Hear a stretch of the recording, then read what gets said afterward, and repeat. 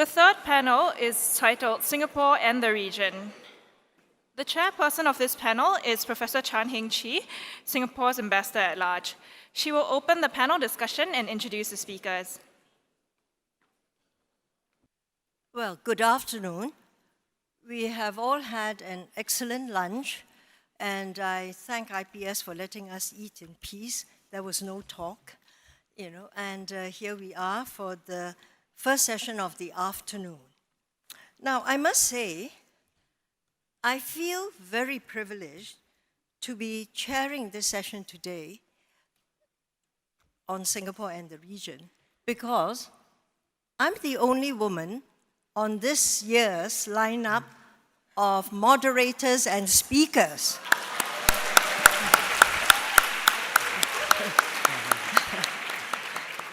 Janadas, you have to do better than that.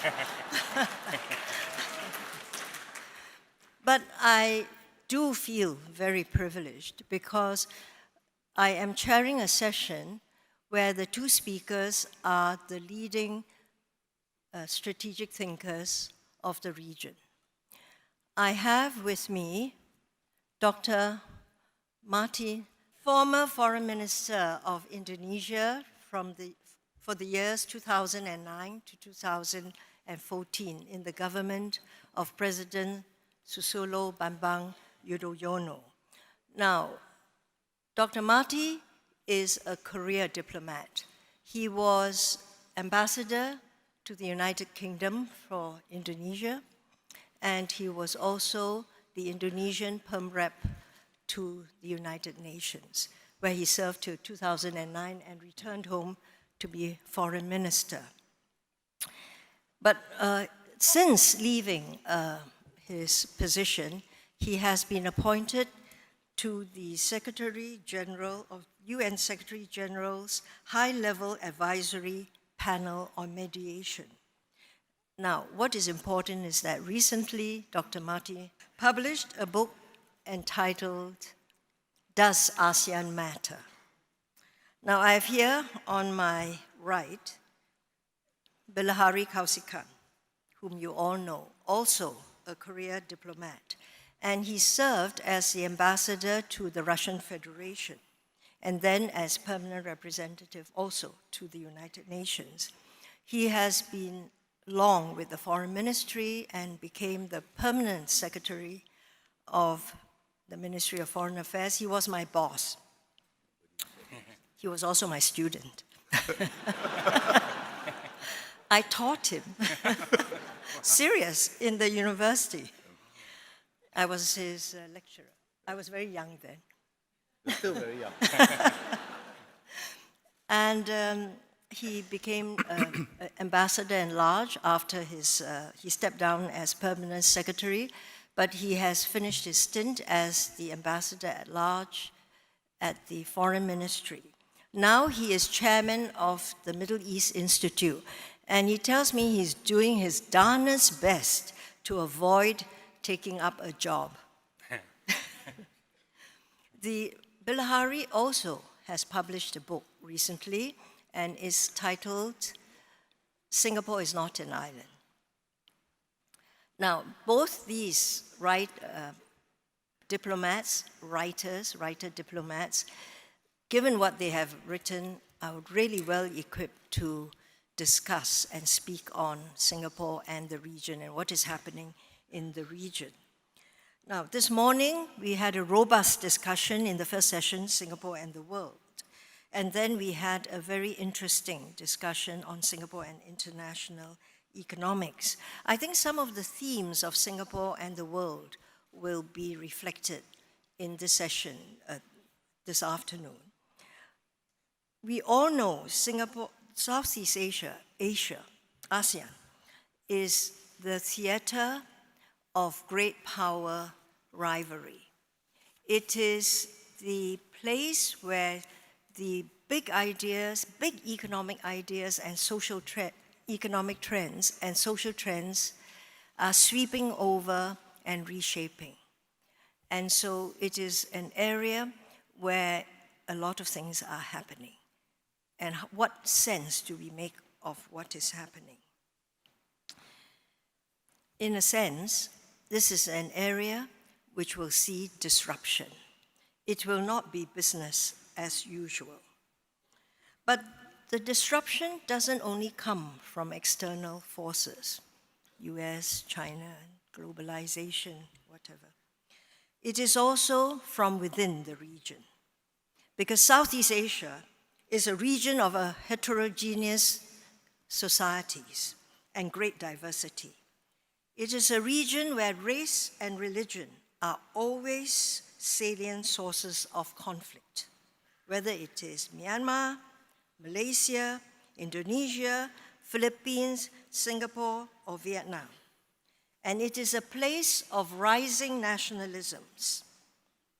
It is a place of creeping protectionism, and a place that is coping with globalization, and above all, a region of rising expectations, young populations, and a growing middle class.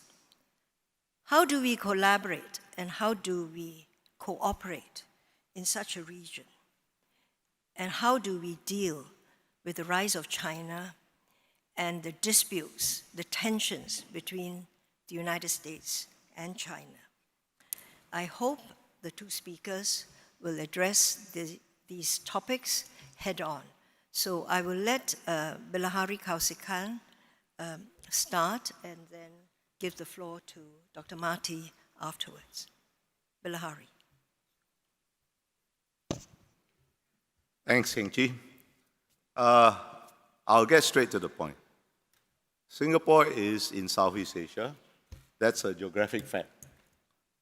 But whilst we are in Southeast Asia, we are not always of Southeast Asia and cannot be.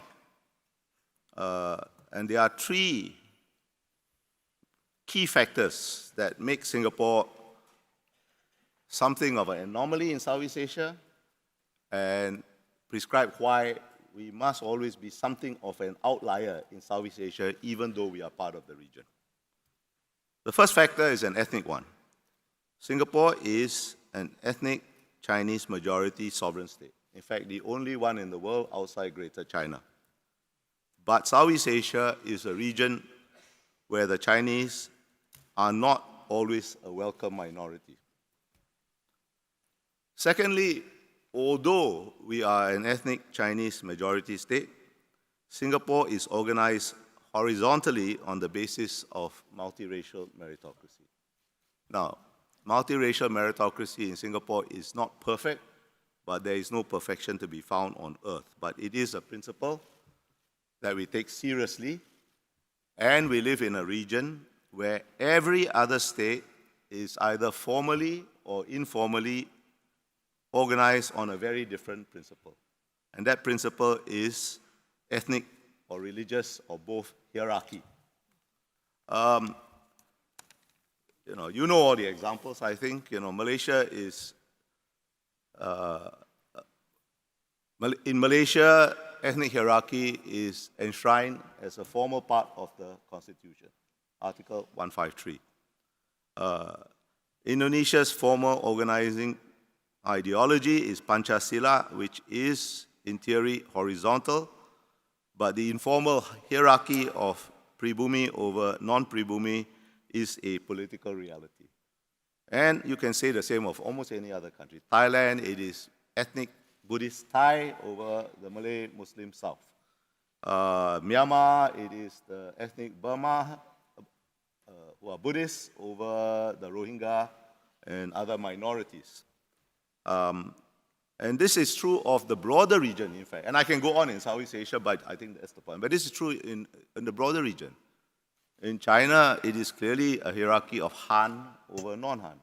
And even in Japan, which is a liberal democracy, it's clearly a hierarchy of the ethnic Japanese over, say, Japanese citizens of Korean or Chinese descent. There are some of those. Now, together, these two factors have historically led to Singapore being regarded with a certain degree of suspicion by other countries in the region. The suspicion at one time was that we were a third China, and other countries project a great deal of their suspicions of the PRC and their attitudes towards their own ethnic Chinese minorities on us. And Singapore, after independence, the Singapore government devoted a great deal of energy and effort to trying to dispel this perception of Singapore. And I think as far as the governments of Southeast Asia are concerned, we have been largely successful. I don't think any government, and I stress that word, in Southeast Asia thinks of us as a third China and understands that there is now a distinct Singapore identity separate from the various ethnic identities.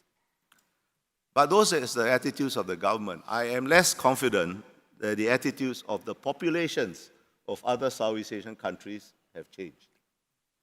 Perhaps they will in time, but I don't think we are there yet. A complication, at the same time, the attitudes of Southeast Asia towards the PRC has changed. It is no longer one of unmitigated suspicion, but the change has not been complete or entire. Some of you may know of a recent ISIS Yusof Ishak Institute survey that revealed that while it is broadly acknowledged that China is an important and influential actor in Southeast Asia, this perception coexists with significant skepticism about China.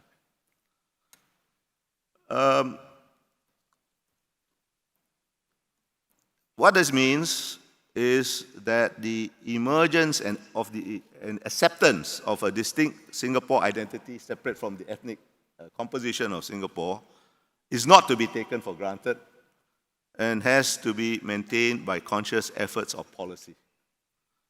In fact, I think this is so even internally within Singapore, because don't forget, we are only 54 years old. And that's not a very long time in the history of a country. And while acceptance of a distinct Singapore identity is real and an important development, being young, I suspect it is still relatively shallow and therefore malleable. A further complication is the fact that US-China relations have clearly entered into a new long-term phase of heightened strategic competition. And this adds significantly to the complexity of the region and complexity of countries' decisions on how to position themselves in the midst of this great power competition. The obvious manifestation of that is the trade war, but the term trade war is something of a misnomer because trade is an instrument, the objective is strategic competition. And another factor that cautions against taking a distinct Singapore identity for granted is the resurgence of what is generally known as populism, but I think is more accurately described as the politics of nativism or indigeneity in key countries in Southeast Asia. And this is part of a global trend that shows no sign of abating. By the way, Singapore too is not unaffected by this trend, although in, as yet, a fairly mild form. Now, the third factor that makes Singapore unique in Southeast Asia is the fact that we are a city-state with no natural hinterland within our sovereign territory. Now, you take a small city-state cannot take its international relevance or even its regional relevance for granted. Relevance is an artifact that has to be created by human endeavor, and having been created has to be maintained by human endeavor. What does this mean? What's the implication of having to create and sustain relevance for yourself? What is the implication of being something of an anomaly in Southeast Asia? It means that while Singapore is in Southeast Asia as a geographic fact, we must always look beyond Southeast Asia to make a living and to ensure our security. And this is a strategic imperative. Another way of stating the same point is that we have to be different. We have to be extraordinary. We have to leverage on our difference to be extraordinary. We cannot be just like any other country in Southeast Asia, for the simple reason, if we were just like any other country in Southeast Asia, why would anybody want to deal with us, rather than our larger neighbors who are furthermore all endowed with natural resources? And we have to acknowledge there is a certain tension between these imperatives. There's a certain tension between our difference, a certain tension between the imperative of being extraordinary, and a certain tension and the fact that we are in Southeast Asia. A tension deriving from that fundamental fact that if we were just like anybody else, we would soon find ourselves at risk of irrelevance. Being extraordinary, therefore, does not necessarily make us universally loved. But it cannot be helped. That is the existential condition of being Singaporean. My final point, or final 2 points, rather. What do we do about it? First, the management of these complexities depends, first of all, on ourselves. Maintaining what makes us unique, and in particular, how we organize ourselves as a society horizontally on the basis of multiracial meritocracy. If we can do that, I think we can manage the other complexities. If we cannot do that, we are done for. And don't forget, as I said, I should remind you, we live in an era where identities of various kinds, nativisms of different kinds, indigenities of different kinds are being asserted globally, and I don't see why we should be exempted from these global trends. If we can be ourselves, we can maintain ourselves. The second point is that ASEAN is a vital and irreplaceable means of managing the tensions that I mentioned. And there is no substitute. Pak Mati, who has, as Heng Chi mentioned, written a very good book on ASEAN, which I commend to all of you. No, he didn't ask me, nor did he pay me to say that. I sincerely mean it, which you all should read. Will no doubt speak in greater detail on ASEAN, and as he is in many ways Mr. ASEAN, I will leave that to him. And I will just end by saying that while ASEAN is and must remain central to Singapore's foreign policy, it is a tool, one tool of many, and there are things that ASEAN can do and do very well, and there are some things that ASEAN cannot do or will have limitations in what it was able to do. And we should never lose sight of that fact. A vital tool, an irreplaceable tool, is still a tool. It is not a panacea for all that ails the world, all that ails Singapore, and all that ails the region. And it will be dangerous for Singapore and Singaporeans to confuse a very useful, indeed vital tool for some kind of magic nostrum that cures everything. Thank you.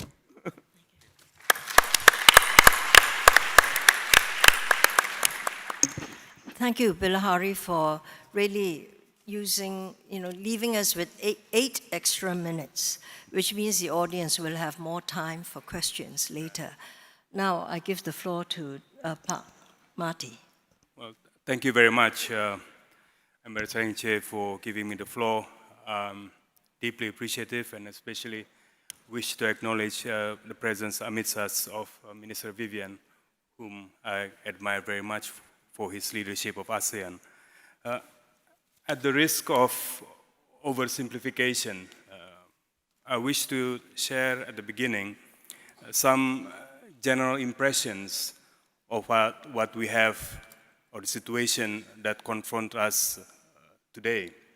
And I must emphasize, this is almost a caricature and at the risk of oversimplification. One impression that I have is the reality of the convergence between local, national, regional, and global. Although all of us are in a way used to thinking in terms of such layers, especially those who are in the foreign policy in practicing foreign policy, in my view, increasingly, the world that we are confronting and facing is one where convergence between these levels are becoming the increasingly dominant features. It means, for instance, one may have a phenomena that begins initially at the local level that can quickly spiral out of control to become national, wide, nationwide, region-wide, and global. And of course, the most dramatic example of such situation would be developments in the Middle East, for instance. The initial optimism associated with the so-called Arab Spring, local initially in countries such as Tunisia, but then quickly enveloped the whole country, the whole region, and beyond, becoming a perfect storm of geopolitical tensions. The second convergence that I wish to identify, again at the risk of oversimplification, is the convergence between the economy, political security, and social domain. Again, all of us are trained and are encouraged to think as if these are clearly identifiable pursuits, but actually, as a matter of fact, they are mutually, their impact on one another and the resolution of one issue tend to require a holistic and comprehensive perspective. And finally, and not least, is the quality of change. If there is one feature of our world today, is how change is essentially permanent. Uncertainty is a given. However, I think there is an important qualitative difference between recognizing uncertainty and a state of drift. A state of drift follows lack of policy coordination, consequence of policy incoherence, and even policy inconsistencies. Those three features that I mentioned, convergence, local, national, regional, global, convergence, economic, political, social, and element of constant change, at the same time, does not suggest that our world is increasingly more connected.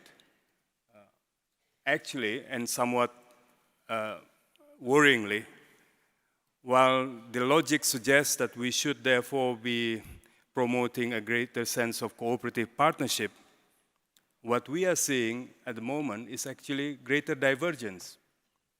The reality of connectivity between of the type that I mentioned before, instead of promoting, emphasizing the need for instance, multilateralism, cooperative partnership, we are seeing more unilateral tendencies, a me-first orientation by countries. Earlier this morning, Pa Giorgio spoke eloquently on the decline of multilateralism. I would wholeheartedly agree with that, except to simply add that actually, in my view, it's not only multilateralism versus unilateralism, it's the entire pursuit of managing issues through diplomacy. The art of managing disputes through diplomacy, through communications, are increasingly being lost. We had a time when differences are accepted as a fact of life, but we manage those differences. But now we have a situation where countries differ, but they communicate by means other than diplomacy. Words matter, and yet somehow words have become increasingly sidelined in the discourse among nations. And not least, of course, and this is the bit that I wish to spend some time more on, the reality that of increasing geopolitical tensions, especially in our part of the world. In other words, in my view, whether it be countries like Singapore, like Indonesia, or regions like ASEAN, we must find a way of managing the nexuses managing the interlinkage between the different layers and the different teams. Unless we have a way of managing them, synergizing them in a coherent manner, then we will be challenged as a result.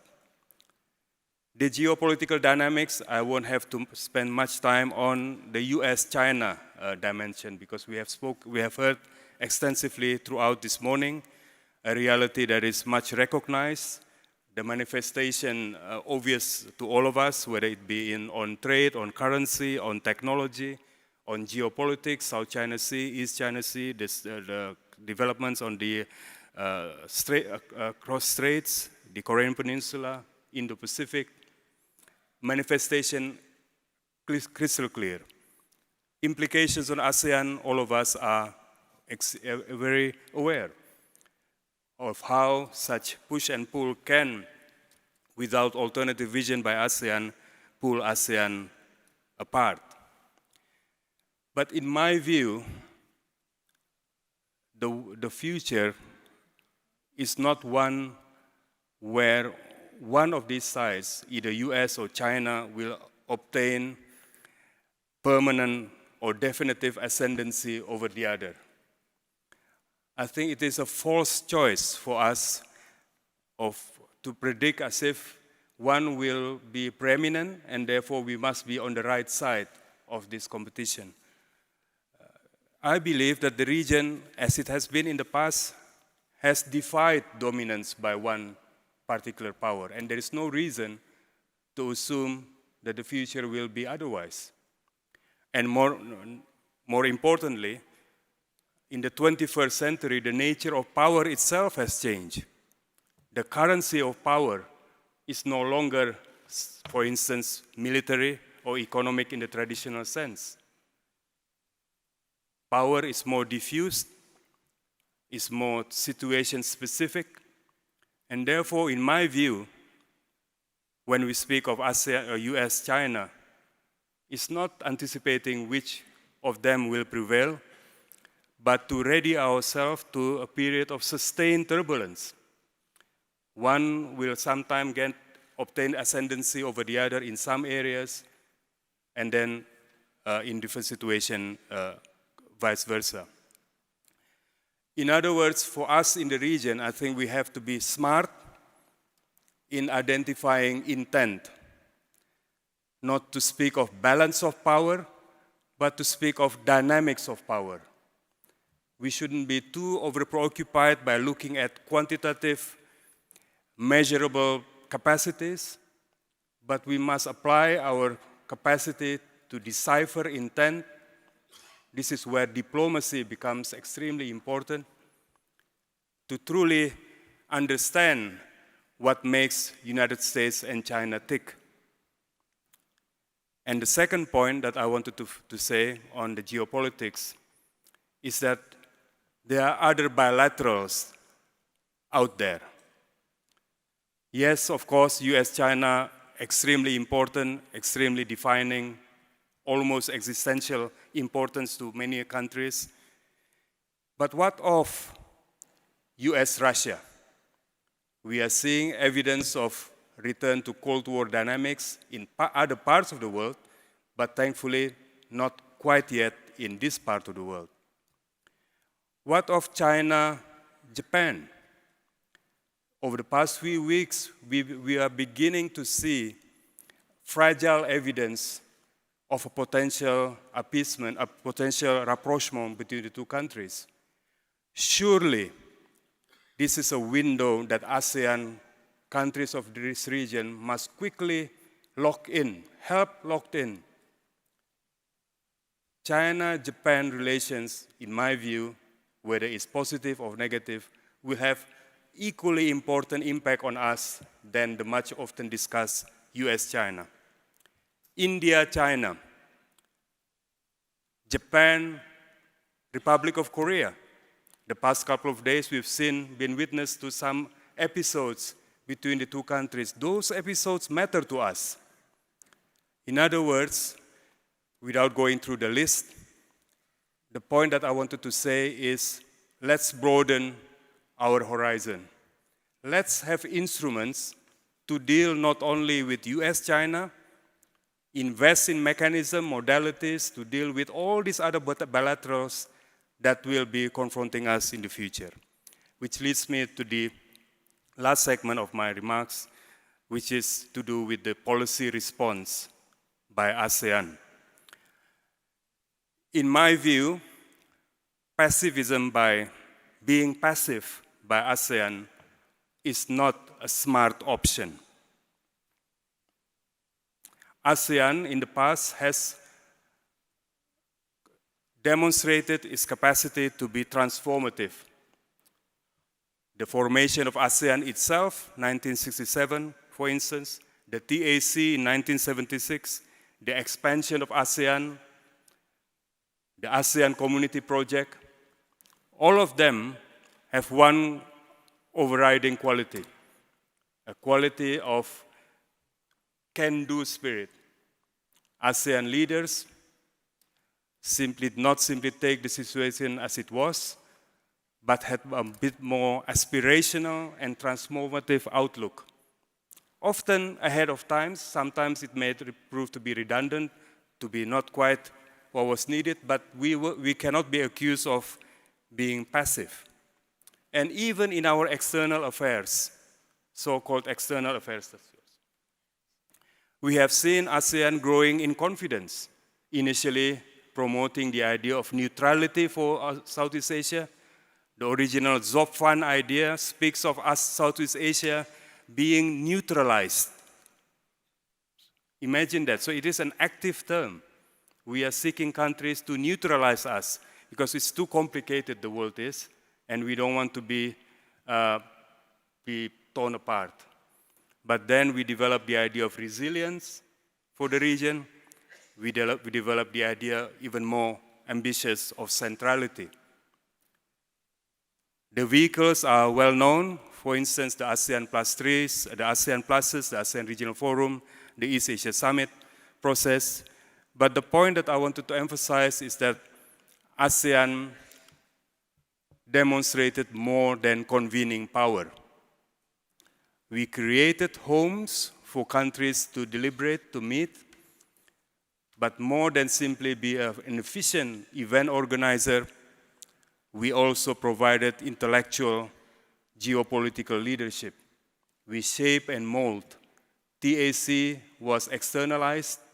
We push the non-ASEAN countries into a competitive, benign dynamics, competing with one another to outdo one another to accede to the TAC. And I believe we can do the same. Thankfully, the Indo-Pacific notion, for instance, that is now much talked about, actually is already provided for within the East Asia Summit. Ambassador Ong Keng Yong is here amidst us. I recall when we discussed the various permutations of the East Asia Summit back in early 2000s.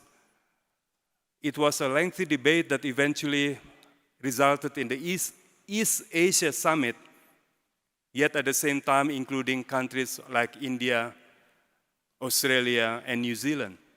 It was clearly and inherently and purposefully Indo-Pacific in our outlook. So in my view, turning to the policy response, rather than at this critical and very extremely uncertain juncture, opening a Pandora's box, having a very general meaning of life question about what is Indo-Pacific and what is not Indo-Pacific, empower the East Asia Summit. Then we can really deliver on ASEAN centrality because we already have it. All the countries of the principles of the Indo-Pacific are in the East Asia Summit. The ASEAN Regional Forum, which we already have, are also contain many countries of both the Pacific and the Indian Ocean. But we need to deliver substance. We need to make it worthwhile for leaders every year to come to our capitals beyond the procedural issues on empowering forums such as the East Asia Summit. I believe ASEAN must be crystal clear in identifying what are the nature of the problems. Otherwise, we will have wonderful documents, proposals and suggestions looking for problems. The problems must be identified before we come to the instruments. And in my view, the problems among them is actually things like trust deficit amongst nations in this part of the world, the lack of crisis management capacity in this part of the world.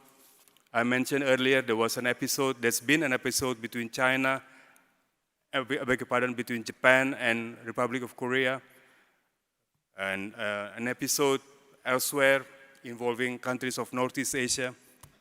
And yet, there is a lacune of action, time-sensitive forum to be able to discuss these developments. We have to wait for another summit, in the case of East Asia Summit, towards the end of the year. Things happen during a year. We cannot wait for a summit at the end of a year before we can begin to discuss these matters. But all in all, it is a challenging environment, but ASEAN has in the past, whenever doubts have been suggested of its continued relevance, ASEAN has managed to reinvent itself and prove its relevance. Over the past year, Singapore has not only chaired ASEAN, but it has shown tremendous leadership of ASEAN, introducing areas of cooperation hitherto absent, and which is a mark of leadership by member states of ASEAN. Thank you very much indeed for your time.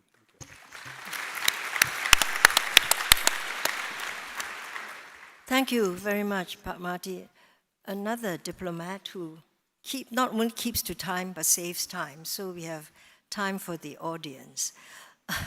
Now, let me, as the chairman, exercise my prerogative. I thought I would begin by posing two questions, one each, 2 rounds to our speakers, and then open the session to the audience, members from the floor. Let me begin with a question for Bilahari. I think I'm asking a question, Bilahari, that the audience would have wanted you to address in your speech, which you did not. When we speak of ASEAN, and ASEAN has had many successes, you've said that ASEAN is vital, is a great tool, and Pak Marty has also, talked of the importance of ASEAN. But we've seen many conflicts in the past, and different kinds of conflicts. In the scheme of ASEAN conflicts, where would you place the Malaysian-Singapore disputes? Well, I didn't speak about it because you told me on Sunday you're going to ask me this question, so I reserved it for the question. I revealed a secret. Okay, I was nice to him, I didn't want to surprise him. Yeah.